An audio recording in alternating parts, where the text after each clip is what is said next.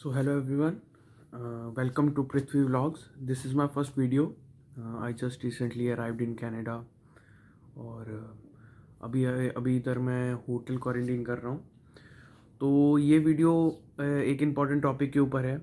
मैंने 19 अप्रैल को अमृतसर से ट्रैवल किया था और मे भी बहुत सारे लोगों को पता हो कि 19 अप्रैल को एक बहुत बड़ी कंट्रोवर्सी और बहुत बड़ी न्यूज़ भी वायरल हुई थी, जिसमें कि ऑलमोस्ट 150 स्टूडेंट्स को वापस भेज दिया गया था। उनको बोर्ड नहीं करने दिया गया, उनको फर्दर प्रोसेसिंग नहीं करने दी गई, एयरपोर्ट से ही वापस भेज दिया गया।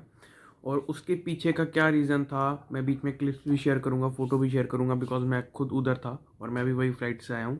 तो क्या एक्सपीरियंस था, ये सब कुछ मैं आपको इस वीडियो में बताऊँगा। और अगर आपको वीडियो अच्छी लगे तो लाइक, शेयर और सब्सक्राइब कर दीजिएगा। तो चलो स्टार्ट। तो 19 अप्रैल को मेरी फ़्लाइट थी, स्पाइस जेट की चार्टर फ़्लाइट थी। तो इसका जो एग्जैक्ट टाइमिंग था बोट का, वो तो सब कुछ जो चलनी थी वो फ़्लाइट का टाइम था 9:30 PM, मतलब रात को 9:30 पे ये फ़्लाइट चलनी थी अमृतसर से।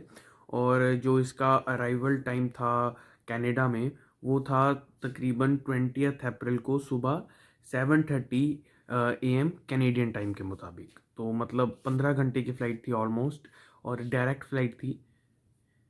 ये पूरा टिकट पे ऐसा लिखा गया था कि डायरेक्ट फ़्लाइट है, बट जब मैं एयरपोर्ट पे पहुंचा तो मैंने देखा कि लंबी लाइन लगी हुई है। तकरीबन जब मैं था तो 200 से 300 स्टूडेंट लाइन में खड़ा था मेरे आगे। और पूरा मिसमैनेजमेंट थी, कुछ भी सिस्टमेटिकल वे से नहीं हो रहा था, लंबी लंबी लाइनें लगी हुई थी और कुछ भी समझ नहीं आ रहा था। और जब हमने काफ़ी स्टूडेंट्स पूछ रहे थे तो मैंने भी पूछा कि ये लाइंस क्यों लगी हैं, हमने तो टिकट वगैरह ली है, तो वी जस्ट हैव टू हमें बोर्डिंग पास चाहिए और हमें जस्ट वेट का जो भी फॉर्मेलिटीज़ होती है वो करनी है। तो वो कह रहे थे कि नहीं जी, हम अभी चेंज हो गया शेड्यूल, अब ये दुबई से जाएगी फ़्लाइट। तो जब ऐसा उन्होंने कहा तो काफ़ी सारे स्टूडेंट शॉक हो गए, बिकॉज़ किसी को भी नहीं पता था, मुझे भी नहीं पता था और ट्रैवल एजेंट ने भी नहीं बताया था। सबको यही लग रहा था कि डायरेक्ट फ़्लाइट है। दैट्स वाई बहुत सारे स्टूडेंट्स ने ये फ़्लाइट बुक की थी। मैंने भी इसीलिए की थी क्योंकि ये डायरेक्ट फ़्लाइट है अमृतसर से। बट जब एयरपोर्ट पे पहुंचे तो स्पाइस जेट के जो स्टाफ थे उन्होंने कहा कि अब चेंज हो गया है जो हमारा फ़्लाइट का जो है सिस्टम, अब ये दुबई से हम हॉल्ट होगा इसका, मतलब अमृतसर से पहले दुबई जाएगी, देन आगे ये एक दूसरी फ़्लाइट से कनाडा जाएगी। तो मतलब अब हॉल्ट आ जाएगा बीच में। तो उसके लिए ये वीज़ा प्रोवाइड कर रहे थे। अब क्या हुआ, बिकॉज इतने सारे जो स्टूडेंट्स थे, तो इन्होंने जब वीज़ा प्रोवाइड करने लगे तो बहुत सारे स्टूडेंट्स का बीच में नाम ही नहीं था। मतलब जो इनके पास जो लिस्ट प्रोवाइड हुई थी, उसमें जो इन्होंने एक ट्रांजिट वीज़ा देते हैं एक्चुअली, जहाँ पे ये एयरपोर्ट था, मुझे दुबई में ही कोई छोटा एयरपोर्ट है, नॉट दुबई का एयरपोर्ट। दुबई का एयरपोर्ट तो काफ़ी बड़ा है, बट ये कोई रसल खम ऐसे करके कुछ एयरपोर्ट था, मैं आपको यहाँ पे मेंशन कर दूंगा एग्जैक्ट नाम। तो वो वाले जगह पे के लिए हमें शायद ट्रांजिट वीज़ा की ज़रूरत पड़ती है, तो ये ट्रांजिट वीज़ा प्रोवाइड कर रहे थे ट्रैवलर्स को। तो उसमें से बहुत सारे स्टूडेंट्स के पहली बात तो नाम ही नहीं थे, उनको ट्रांजिट वीज़ा ही नहीं प्रोवाइड हुआ। तो बहुत सारे स्टूडेंट बात कर रहे थे, तो वो कह रहे थे कि आपका नाम नहीं है लिस्ट पे, हम कुछ कर नहीं सकते। जो स्पाइस जेट के स्टाफ मेंबर थे वो कहते स्टूडेंट्स को कि हाँ, आपका लिस्ट में नाम नहीं है, हम कुछ कर नहीं सकते, तो आप बोर्ड नहीं कर सकते। ये तो हो गई फर्स्ट सिचुएशन। सेकेंड सिचुएशन, जब मुझे वीज़ा मिला और जब मैं वो स्टाफ मेंबर के पास गया फॉर फर्दर प्रोसेसिंग, तो वहाँ पे भी मैंने ऐसे 2-3 स्टूडेंट देखे जो कि उनसे बात कर रहे थे और बहुत ही ज़्यादा टेंस थे। और जब मुझे पता लगा कि ये क्यों है, तो वो बात कर रहे थे एक्चुअली कि कैनेडियन गवर्नमेंट ने 17 अप्रैल और 18 अप्रैल को न्यू रूल पास किया है, जिसमें क्या है कि जो आपका मेडिकल है वो आपके डिपार्चर्स मतलब 6 महीने तक के लिए ही वैलिड है। जो आपने फाइल में अपने मेडिकल लगाया है वो सिर्फ 6 महीने के लिए ही वैलिड है। और ये जस्ट उन्होंने 17 और 18 अप्रैल को मेरे ख्याल से ये रूल निकाला है एज़ पर माई नॉलेज। तो बिकॉज अब कोविड-19 का टाइम है, तो लोगों ने काफ़ी देर से फाइल लगाई है, तकरीबन 1-2 साल हो चुके हैं, तो इसलिए बहुत सारे स्टूडेंट्स को नहीं पता था। और ये भी एक कारण था जिसके कारण कई सारे स्टूडेंट्स को बोर्ड ही नहीं करने दिया गया, मतलब फ़्लाइट में चढ़ने ही नहीं दिया गया। मेरे आगे जो एक गर्ल थी, उनको उनके साथ भी कुछ ऐसा ही हुआ। उन्होंने जब अपना मेडिकल शो किया तो उनको अलाउ ही नहीं किया गया, उनको कहा गया कि आप साइड पे आ जाइए। और थर्ड सिचुएशन ये आई कि जो कोविड-19 का टेस्ट था, वो कई स्टूडेंट्स का जो गवर्नमेंट कैनेडियन गवर्नमेंट है उसके मुताबिक आपका 72 आवर्स के बीच में ही टेस्ट होना चाहिए और बीच में ही आपकी रिपोर्ट आनी चाहिए। बट बहुत सारे स्टूडेंट ऐसे थे जिन्होंने पहले लाइक 3-4 दिन पहले ही अपना ये टेस्ट वगैरह करवा लिया। बट जब वो वहाँ पे पहुँचे तो उनको भी नहीं बोर्ड करने दिया गया। तो ऐसे ही कई सारे पॉइंट्स थे जिसके कारण बहुत सारे स्टूडेंट्स को बोर्ड नहीं करने दिया गया। अब क्योंकि तकरीबन as per the news almost 150 student ऐसे थे जिनको बोर्ड नहीं करने दिया गया। और इससे क्या हुआ कि उनका टिकट का जो बिकॉज चार्टर फ्लाइट है, चार्टर फ्लाइट बेसिकली क्या होता है, इसके लिए हमें स्पेशल परमिशन लेनी पड़ती है गवर्नमेंट से, इंडियन गवर्नमेंट से भी और कैनेडियन गवर्नमेंट से। और ये एक स्पेशल जर्नी होती है। फॉर एग्जांपल आप यूजुअली आपने कभी सुना नहीं होगा कि अमृतसर से भी कोई टोरंटो की डायरेक्ट फ़्लाइट चलती है। बट ये चार्टर फ्लाइट है तो ये चल सकती थी बट चली नहीं। बट ये चार्टर फ्लाइट बेसिकली ये होता है कि ये स्पेशल फ़्लाइट होती है फॉर स्पेशल जर्नी एंड इसके लिए आपको स्पेशल परमिशन लेनी पड़ती है गवर्नमेंट से। तो इससे स्टूडेंट का क्या नुकसान हुआ, पहली बात तो बिकॉज ये चार्टर फ्लाइट थी तो no it is totally non refundable. तो ये तो पहला उनका जो टिकट थी वो उसके पैसे गए। टिकट का जब रेट 80,000 से लेकर 150 लाख तक के बीच में था, तो वो पैसे पहली बात गए। सेकंड बात, जो 3 डेज़ क्वारंटीन है उसके भी होटल वाले ने नॉन रिफंडेबल है वो भी कम्प्लीटली। मतलब अगर आप होटल बुक करवाते हैं 3 डेज़ का इधर, तो ज़्यादातर होटल्स के नॉन रिफंडेबल ही है वो भी फीस। तो वो भी कहीं ना कहीं उनको प्रॉब्लम आएगी स्टूडेंट को। और थर्ड चीज़ है कि जो आगे 11 दिन के लिए बुकिंग की थी उसमें भी उनको कहीं क्वारंटीन के लिए उसमें भी स्टूडेंट को कई प्रॉब्लम आएंगी। तो काफ़ी फाइनेंशियली भी कहीं ना कहीं स्टूडेंट्स को प्रॉब्लम आएगी। और एक जो मुझे लगता है मेंटल तौर पे, इमोशनली तौर पे भी स्टूडेंट्स काफ़ी परेशान होते हैं, स्ट्रेस्ड फील करते हैं। तो बट मेरा सब कुछ इजीली हो गया, मेरा लिस्ट में नाम भी था तो मुझे ट्रांजिट वीज़ा भी मिल गया। उसके बाद मैंने वेट चेक करवाया, तो वेट में भी यहाँ पर एक कन्फ्यूजन निकली। वेट में क्या हुआ, यूजुअली ज़्यादातर फ्लाइट्स का क्या होता है कि आपको 2 बैग अलाउड होते हैं 23 केजीज़ के, और एक 7 केजी का कैबिन बैग और एक लैपटॉप बैग होता है। बट चार्टर फ्लाइट थी ये वाली, तो जब मुझे टिकट मिली उसमें लिखा हुआ था कि 2 बैगेज आपको अलाउड होंगे 20 केजी के, 20 केजी के मतलब 40 केजी का टोटल। और आपको एक 7 केजी का कैबिन बैग एंड एक लैपटॉप बैग। तो ज़्यादातर जैसे सारे स्टूडेंट करते हैं कि लैपटॉप बैग में भी हम अपना स्वेटर्स वगैरह, क्लोथ वगैरह, जो इसेंशियल चीज़ें हैं वो भी उसमें भर देते हैं। तो मैंने भी ऐसे ही किया। बट जब मैं उधर वेट के लिए गया तो उन्होंने कहा कि लैपटॉप बैग तो अलाउड ही नहीं है। तो ये अगेन एक थोड़ी शॉकिंग सिचुएशन थी मेरे लिए कि मैंने तो, क्योंकि सामान काफ़ी डाला हुआ था लैपटॉप बैग में, लैपटॉप भी था, उसके अलावा भी काफ़ी चीज़ें थी। तो फिर मैंने फटाफट सामान ट्रांसफ़र किया अपने कैबिन बैग में और वो भी प्रॉब्लम सॉल्व हो गई। बट वहाँ पे ऐसे भी काफ़ी मेरे जैसे स्टूडेंट थे जो काफ़ी टेंस थे, जो कह रहे थे कि अब क्या करें, क्योंकि कैबिन बैग भी एक पर्टिकुलर लिमिट होती है वेट की, जैसे मैंने कहा 7 केजी की, तो वो भी एक प्रॉब्लम आई। सो अभी तक जैसे मैंने कहा कि 2 प्रॉब्लम आई, एक तो सबसे पहले ट्रांजिट वीज़ा लेने के लिए, और सेकंड बात अब वेट में भी प्रॉब्लम, जो क्या बैगेज वेट होता है उसमें भी इन्होंने अचानक से चेंज कर दिया, कोई इन्फॉर्मेशन नहीं दी और उसमें भी चेंज आ गया। इसके बाद जब हम हाँ, इसके बाद क्या हुआ, इसके बाद स्पाइस जेट ने मेंशन किया था कि 19 को एक ही फ़्लाइट है, बट एक्चुअल में 3 फ्लाइट गई। बिकॉज स्टूडेंट ज़्यादा थे और इनके स्पाइस जेट के प्लेन छोटे होते हैं, तो इसलिए 3 अलग अलग टाइम पे फ़्लाइट्स गई। एक फ़्लाइट का नंबर था, इट इज़ लाइक 9866, एक का था 9888, एक का था 9877, समथिंग लाइक दैट। तो 3 अलग अलग फ़्लाइट्स गई। मे बी इसके अलावा भी हो, पर as per my knowledge 3 flights कहीं अलग अलग टाइम पे, एक गई थी अप्रॉक्सीमेटली 11 बजे, एक 12 बजे और मेरी वाली थी 1 बजे। तो 3 अलग अलग टाइम पे फ़्लाइट्स गई।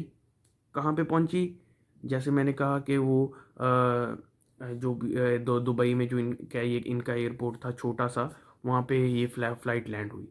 अब वहाँ पे फ़्लाइट लैंड हुई तो हमें बताया गया था जब हम ट्रांजिट वीज़ा ले रहे थे अमृतसर से कि वहाँ पे आपका एक छोटा सा ही होल्ट होगा, जस्ट लाइक 45 मिनट्स का। बट एक्चुअल में मेरी 1 बजे फ़्लाइट अमृतसर से निकली, 5 बजे एयरपोर्ट पे पहुंची दुबई वाले में, और उसके बाद तकरीबन 10-11 बजे हमारी नेक्स्ट फ़्लाइट चली। तो ऑलमोस्ट ऑलमोस्ट 6 से 7 आवर्स का जो वहाँ पे ले ओवर था, which is again a big thing, जो बिल्कुल ही नहीं बताया गया। और बहुत ज़्यादा स्टूडेंट्स वहाँ पे भी थक गए काफ़ी, बिकॉज आप खुद ही देखिए, तकरीबन 4 घंटे की तो हमारी अमृतसर से दुबई की फ़्लाइट, उसके बाद 6 घंटे का ले ओवर, तो 10 घंटे तो यही हो गए यार, दुबई में ही 10 घंटे हो गए हमारे। तो उसके बाद दुबई से नेक्स्ट फ़्लाइट निकली। दुबई में भी इमिग्रेशन वगैरह हुई, बोर्डिंग हमारी हुई, तो इमिग्रेशन में जस्ट उन्होंने जर्नल क्वेश्चन ही पूछे जो होता है। और उसके बाद यहाँ पे भी हमें प्रॉब्लम फेस करनी पड़ी, बिकॉज 6 घंटे का ले ओवर था, 6 घंटे का ले ओवर था इसमें। और इसके बाद हमारी नेक्स्ट फ़्लाइट जो थी वो थी फ्लाई हाई, जिसके बारे में भी हमें कोई नॉलेज नहीं थी, ना ही ट्रैवल एजेंट ने बताया, ना ही किसी ने बताया, किसी को कुछ भी नॉलेज नहीं थी कि नेक्स्ट फ़्लाइट कौन सी है, फ्लाई हाई है या कोई कह रहा था एमिरेट्स है, कोई कह रहा था कतर एयरवेज़ है, कोई कह रहा था कि क्या एयर कैनेडा है। बट एक्चुअल में वो फ्लाई हाई थी। The flight was good, but the thing is that कि कुछ भी नहीं पता। हमने अगर मनी पे की है, वो भी हमने प्री पेड, मतलब हमने पहले से इनको मनी एडवांस में पे की है। तो और वो भी इतनी लंबी जब जर्नी होती है, तो मेरे ख्याल से एटलीस्ट 1 वीक पहले या 2-3 दिन पहले तो एटलीस्ट बता देना चाहिए, इस ट्रैवलर को पूरी क्लैरिटी कर देनी चाहिए कि ये डायरेक्ट फ़्लाइट नहीं है, ये जो हमारी फ़्लाइट है ये दुबई में इसका स्टे होगा 6 से 7 आवर का। अगर प्रॉपरली मेंशन किया होता देन हम पूरा प्रिपेयर होकर जाते, बट कुछ भी नहीं मेंशन किया था। इसके अलावा एक जो चीज़ है जो मेरे साथ हुई पर्सनली, वो ये है कि मुझे एंड तक, मतलब जब मेरी 19th को फ़्लाइट थी और मुझे मेरा सीट नंबर, मेरा बोर्डिंग पास जो, और जो मेरी एग्जैक्ट कंफर्मेशन टिकट होती है, वो मुझे 19th को सुबह मिली। और वो भी मैंने स्पाइस जेट के कस्टमर केयर पे फ़ोन कर कर उन्हें पूछा कि क्यों नहीं मेरी अभी तक जो लेटर है वो आई। तो उन्होंने कहा कि आप हमें नंबर वगैरह डिटेल वगैरह दे दीजिए और हम आपको सेंड कर देते हैं। तो अगेन पुअर मैनेजमेंट, और 19th को सुबह मेरी टिकट आई। तो आप देख सकते हैं, मैं तो बिल्कुल बिल्कुल रेकमेंड नहीं करूँगा। और मेरे ख्याल से आपने और भी कई न्यूज़ सुनी होंगी ये 19 अप्रैल की फ़्लाइट के बारे में, बिकॉज काफ़ी सारे स्टूडेंट्स को वो रिटर्न कर दिया गया, और कई स्टूडेंट्स को तो दुबई एयरपोर्ट से भी रिटर्न कर दिया गया, बिकॉज जो ट्रांजिट वीज़ा में कईयों का डेट ऑफ बर्थ गलत था, कईयों के नाम के स्पेलिंग गलत थे, कईयों के सरनेम गलत लिख दिए। तो बहुत मेरे सामने एक स्टूडेंट था, लड़का, जिसका दुबई एयरपोर्ट पे जो सरनेम था, उस वो सिंह की जगह SINGH की जगह SING लिख दिया गया, मतलब H मिसिंग था। तो वहाँ पे भी काफ़ी कॉम्प्लिकेशंस वो स्टूडेंट को आई होंगी मेरे ख्याल से, जहाँ तक मैंने देखा वहाँ पे एक स्टूडेंट को तो आ ही रही थी, कई और स्टूडेंट को भी आई होगी। तो totally the experience was really bad मेरे साथ भी, बिकॉज मुझे भी कुछ भी नहीं पता था फ़्लाइट के बारे में, क्यों ट्रांजिट वीज़ा दिया गया, दुबई में रुकेगी, कितने घंटे का लेओवर है, और 9, 9:30 अमृतसर से चलनी थी, 1 बजे क्यों चली रात को फ़्लाइट। बहुत सारे क्वेश्चंस थे, हैं अभी भी स्टूडेंट के माइंड में। और जो स्टूडेंट को वापस भेज दिया गया, मैं उनकी फ्रस्ट्रेशन को समझ सकता हूँ। और मैं इसीलिए ये वीडियो बनाई ताकि मैं पूरी सिचुएशन क्लियर कर दूँ कि क्या हुआ था 19 अप्रैल को स्पाइस जेट की चार्टर फ्लाइट में स्टूडेंट्स के साथ। जो स्टूडेंट को वापस भेज दिया गया उनके साथ तो problems I he I, but जो स्टूडेंट्स फ़्लाइट में गए मेरे जैसे, उनको भी काफ़ी प्रॉब्लम बाद में भी फेस करनी पड़ी, जैसे कि दुबई एयरपोर्ट में भी बहुत सारा उनको इमिग्रेशन में प्रॉब्लम आई करने में। इसके अलावा इतना लंबा लेओवर। तो आई थिंक मेरे ओपिनियन से, अगर आप, बिकॉज मैं अभी भी मैंने एज़ पर माई नॉलेज 26 अप्रैल को और 3 मई को भी चार्टर फ्लाइट है, तो मैं बिल्कुल रेकमेंड नहीं करूँगा, आप इसको अवॉइड कीजिए। आप एयर इंडिया या एयर कैनेडा लीजिए, बस स्पाइस जेट की charter flight big no for me. It is my personal advice, because इसकी टिकट के प्राइसेस भी ऑलमोस्ट 80-90, 80 to 150 लाख के बीच हैं। और अगर आप एयर इंडिया एयर कैनेडा के देखेंगे तो उसके भी रेट इतने ही हैं। तो आई प्रेफर कि आप वो वाली फ़्लाइट्स बुक कीजिए, बट ये बिल्कुल मत कीजिए बिकॉज़ आपको बहुत सारी कॉम्प्लिकेशंस का सामना करना पड़ सकता है। और अपने ट्रैवल एजेंट से पर भी विश्वास ना कीजिए बिकॉज़ ज़्यादातर स्टूडेंट्स के इंक्लूडिंग मी, हमारे ट्रैवल एजेंट ने हमें कुछ नहीं बताया। एंड तक बस यही बात करते रहे कि आपकी डायरेक्ट फ़्लाइट है, आपकी अमृतसर से टोरंटो जाएगी, अमृतसर से टोरंटो। इनफैक्ट 19th अप्रैल को जब मेरी सुबह टिकट नहीं आ रही थी तो मैंने ट्रैवल एजेंट से पूछा कि क्या कहीं ये डिले तो नहीं हो गई है फ़्लाइट। तो वो कह रहे थे नहीं, आपकी फ़्लाइट ऑन टाइम है, अमृतसर से टोरंटो डायरेक्ट फ़्लाइट है, जस्ट बीच में एक स्टे होगा, उसमें भी जस्ट पेट्रोल भरवा कर आगे ये फ़्लाइट चल जाएगी। तो बट कुछ भी नहीं पता, और इतना बैड एक्सपीरियंस रहा स्टूडेंट्स का और जितने भी ट्रैवलर्स थे उन सबका। फ़्लाइट में कोई सोशल डिस्टेंसिंग नहीं। दुबई के आगे भी जो हमारी फ़्लाइट गई फ्लाई हाई करके, जो ये एक एयरलाइंस है फ्लाई हाई, फ़्लाइट जैसे मैंने कहा अच्छी थी, बट उसके अंदर भी कोई सोशल डिस्टेंसिंग नहीं। और the big thing is that वैसे कनाडा में भी कह रहे हैं, हर जगह कह रहे हैं कि कोरोना वायरस के केस बहुत ज़्यादा हैं, पूरी प्रिकॉशंस रखो, मास्क लगाओ, ऐसा करो। बट ना ही स्पाइस जेट ने और ना ही जो हमारी दुबई से फ़्लाइट थी फ्लाई हाई, उसमें हमें सैनिटाइज़र भी नहीं प्रोवाइड किए गए, हमें मास्क भी नहीं प्रोवाइड किया गया, और सोशल डिस्टेंसिंग बिल्कुल ज़ीरो। तो आप समझ सकते हैं। तो stay away from the charter flight. Thank you.